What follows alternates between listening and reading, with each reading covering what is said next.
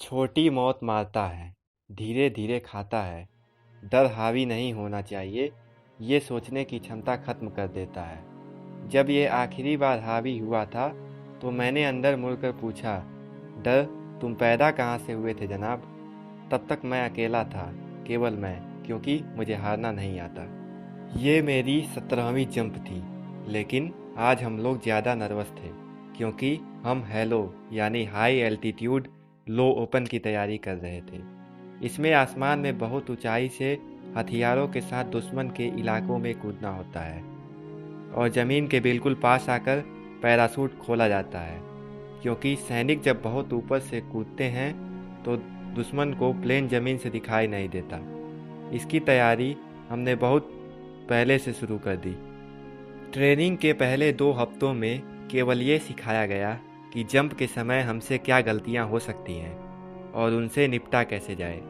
30,000 feet से paratroopers कूदते हैं और 1500 फीट पर पैराशूट खोलते हैं, मतलब बीच के 28,500 फीट में पत्थर की तरह ज़मीन पर गिरते हैं। हैलो जंप के पहले दिन पूरी टीम प्लेन पर एक साथ बैठी। जब प्लेन ऊपर जाने लगता है तब डर लगने लगता है, क्योंकि यहाँ गलती करने का कोई मौका नहीं है। सभी लोग अपनी अपनी तरह से डर पर विजय पाने की कोशिश कर रहे थे। कोई आंख बंद करके आराम कर रहा था, कुछ बातें कर रहे थे। अचानक से किसी ने ड्रिल प्रैक्टिस शुरू कर दी और देखते देखते पूरा प्लेन ड्रिल प्रैक्टिस करने लगा। जब हम रूटीन प्रैक्टिस करते हैं तो मन को लगता है सब कंट्रोल में है, सब अपनी मर्जी से हो रहा है और डर से थोड़ी देर के लिए विजय मिल जाती है। तभी दरवाज़ा खुलता है और सभी लोग जंपिंग के लिए तैयार होने लगे। मैंने अपने इंस्ट्रक्टर को देखा, वह लोहे की पतली रैंप पर बिना डरे तेज हवा के बीच हम लोगों को समझा रहा था। मैंने सोचा यह दुनिया का सबसे डरावना काम है, लेकिन वह इंस्ट्रक्टर अपने काम में तल्लीन था। पूरी टीम को हाथों के इशारे से समझा रहा था। मैक कहते हैं, मैंने सीखा जब आप जितना ध्यान काम करने में नहीं काम पूरा खत्म करने में लगाते हो, उतना डर का असर कम रहता है।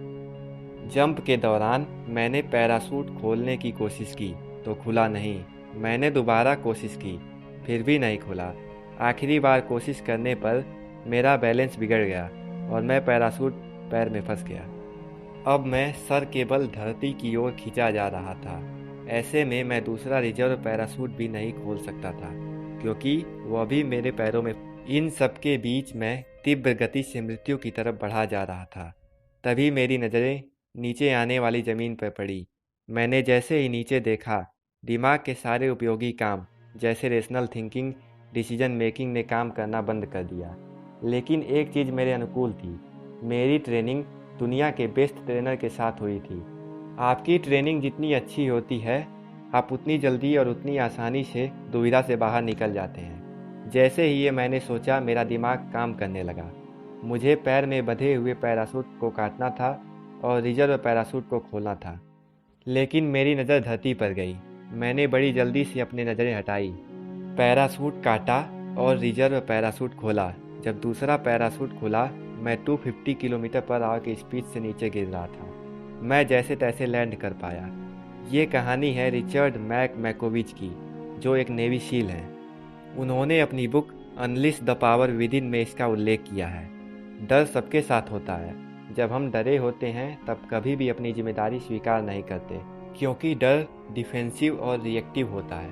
वह हमको एक्सपेरिमेंट करने और सॉल्यूशन सोचने की कोशिश भी नहीं करने देता। मैक कहते हैं कि अगर ट्रेनिंग न मिली होती, ऐसे सोचना नहीं सिखाया गया होता, तो मैं नहीं बचता।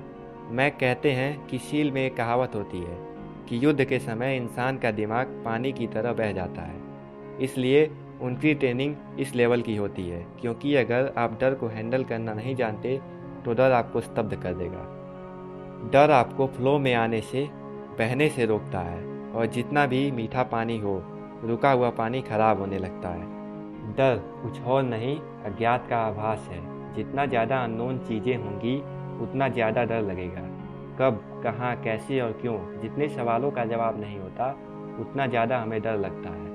दूसरी बात है, चैलेंजेस खुद चुनिए, क्योंकि अगर आप अपने चैलेंजेस खुद नहीं चुनते, आपकी ज़िंदगी रिएक्शन में निकल जाएगी। खुद अपने संघर्ष चुनते रहिए और पूरे करते रहिए, क्योंकि आप जितना ज़्यादा तैयार रहेंगे उतना कम डर लगेगा।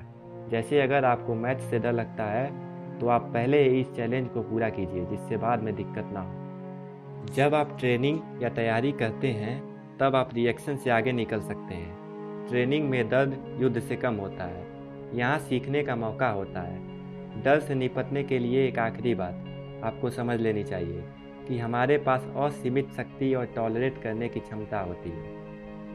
हम 40% रूल में देख चुके हैं, जब हमारा शरीर और मन थकता है तब हम अपनी कैपेसिटी के 40% पर ही पहुँचे होते हैं। उसी तरह से हम अपने लाइफ को कंट्रोल कर सकते हैं। हम सबके अंदर टॉलरेट करने की भारी क्षमता होती है, बस इसे बार बार इस्तेमाल करने की कला आनी चाहिए।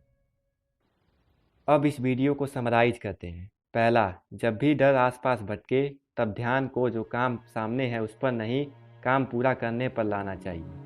दूसरा, जब भी कोई डरा हुआ है जिम्मेदारी नहीं लेगा, इसलिए डर को जीतना बहुत ज़रूरी है। उम्मीद है आपको यह वीडियो पसंद आया होगा। अगर आया तो चैनल ज़रूर सब्सक्राइब कीजिए, ऐसी वीडियोज़ आती रहें।